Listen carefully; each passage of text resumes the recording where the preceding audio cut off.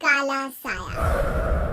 यूं तो बनारस घाट अपनी खूबसूरती के लिए बहुत प्रचलित है, पर घाट के किनारे कई राज लिए बैठे हैं। ये कहानी शुरू होती है बनारस के घाट के पास बने ममता निवास से, जहाँ प्रिया लाल जोड़े में ममता के घर उसकी बहू बनकर आती है। आओ आओ बहू, घर को अपने पैरों से पवित्र करो। ममता घर की दहलीज पार कर ही रही होती है कि अचानक एक बहुत गंदी सी बात पूरे घर में फैल जाती है।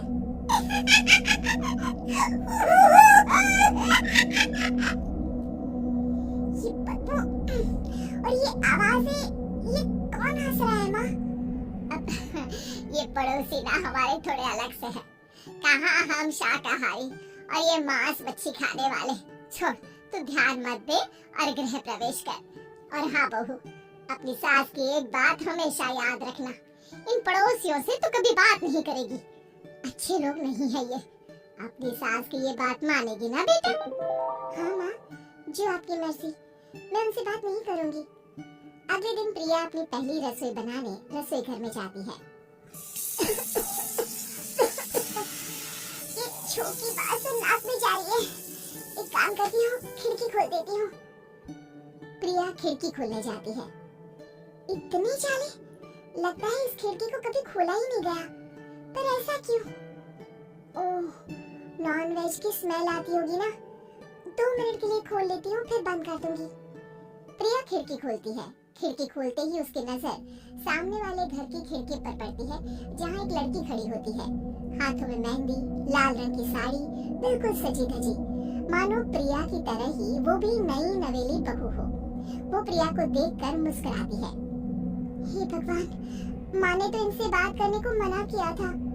प्रिया फौरन ही खिड़की बंद कर देती है और तवे पर चढ़े रोटी की ओर देखने लगती है, पर वहाँ रोटी न होकर मछली पड़ी होती है। ये क्या? पहली रसोई में इतनी बड़ी गलती! हे भगवान, अब मैं क्या करूँ? प्रिया बहुत डर जाती है और फौरन रसोई की सफाई करने और फिर सभी के लिए खाना बनाने लग जाती है। जब वो सबको खाना परोसती है, सब तो ठीक है, मैं बेकार में चिंता कर रही थी। हे भगवान, ऐसे ही बस अपनी कृपा बनाए रखना। रात के वक्त जब सब सो रहे होते हैं, तब प्रिया को पायल की आवाज सुनाई देती है, जिससे उसकी आंख खुल जाती है। ये पायल की आवाज कहाँ से आ रही है? प्रिया उठकर उस आवाज के पीछे छत की सीढ़ियों तक जाती है। तभी उसे बच्चे के रोने की आवाज आती है।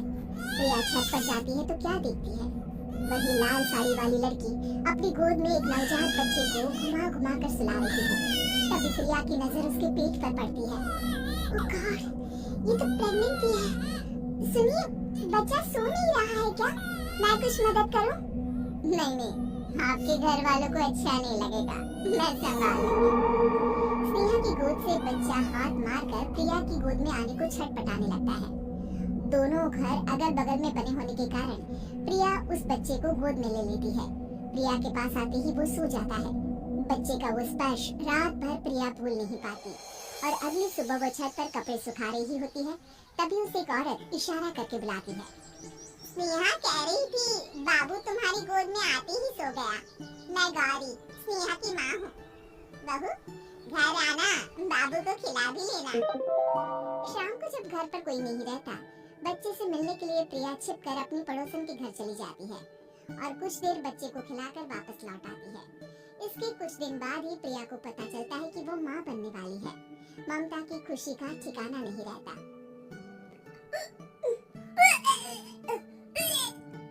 माँ जी, पता नहीं क्यों उल्टी आ रही है। प्रिया भागती हुई वॉशरूम में जाती है तो हरे और लाल रंग की उल्टी करती है। उस उल्टी में से कीड़े निकलते हैं। ये क्या? खून और ये कीड़े! माँ! माँ! प्रिया की आवाज सुनकर ममता दौड़ कर आती है, पर बेसिन में कुछ नहीं होता। प्रिया हक्की बक्की रह जाती है। ये सब क्या हो रहा है? प्रिया घबरा जाती है और अपने कमरे में जाकर सो जाती है। डर के कारण वो इतनी थक जाती है कि उसकी आंख लग जाती है। तब उसे ऐसा लगता है उसके पेट पर मानो कोई बैठा हुआ हो। प्रिया के पेट पर एक 5 महीने की बच्ची बैठी हुई थी, जो बुरी तरह जली हुई थी। माँ, तुम ही मुझे चिल्लाई ना अपने पेट में। मैं तुम्हारी माँ नहीं हूँ। कौन हो तुम? माँ, देखो मैं जल गई बुरी तरह से। 6 महीने पेट में रहने को भी मुझे नहीं मिला। सहला दो ना माँ। बचाओ! बचाओ! माँ! ममता दौड़कर कमरे में आती है। प्रिया की बातें सुनकर वो सब समझ जाती है। तू कहीं बगल वाले घर में तो नहीं जाकर आई ना बहू? मुझे माफ कर दो, मैं गई थी माँ। उस घर में सब मरे हुए हैं बहू। कई साल पहले स्नेहा उस घर में बहू बनकर आई थी। कुछ ही दिन में वो एक बच्चे को जन्म देने वाली थी। पूरा घर बच्चे के आने की खुशी में खोया था कि एक दिन अचानक उस घर में आग लग गई। सब बुरी तरह जलकर मर गए। गौरी आज भी दादी बनने का इंतजार कर रही है और इसीलिए स्नेहा ने अपना अजन्मा बच्चा तुम्हारी कोख में डाल दिया। ममता ये कह रही होती कि पीछे से उसके पैरों को एक बच्चा पकड़ लेता है। माँ,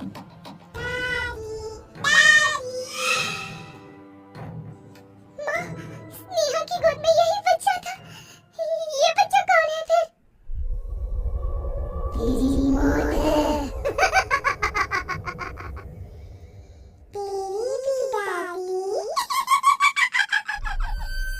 जिस चीज का ममता को डर था वही हो गया। ममता निवास के ऊपर मौत ने चादर बिछा दी थी। प्रिया का पेट ऐसे बढ़ जाता है मानो 9 महीने का हो।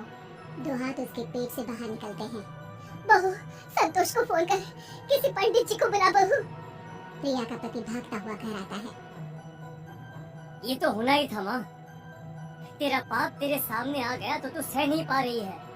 स्नेहा घर में आग लगी नहीं थी, माँ ने लगाई थी प्रॉपर्टी की लालच में। और वो बच्चा मेरी पहली पत्नी का बच्चा है, मेरा बेटा, जो कि उस आग की चपेट का शिकार हो गया था। मैंने तुमसे ये सब माँ के कहने पर छुपाया था। मुझे माफ कर दो प्रिया। तुम अगर चाहो तो यहाँ से जा सकती हो। मैं तुम्हें किसी भी बंधन में रखना नहीं चाहता। मेरी शादी हुई है आपसे, मैं आपको छोड़ नहीं सकती। पर उससे पहले हमें स्नेहा, उसकी माँ और बच्चे की आत्मा की शांति करवानी होगी। संतोष और ममता गौरी के घर जाते हैं। अंदर सब कुछ जला हुआ होता है। जमीन पर जली हुई लाशें बिखरी हुई थी। ममता रो रो कर अपनी करने की माफी गौरी से मांगती है। प्रिया स्नेहा के घर वालों का अंतिम संस्कार करवा देती है और ममता निवास फिर से आत्माओं के साए से मुक्त हो जाती है।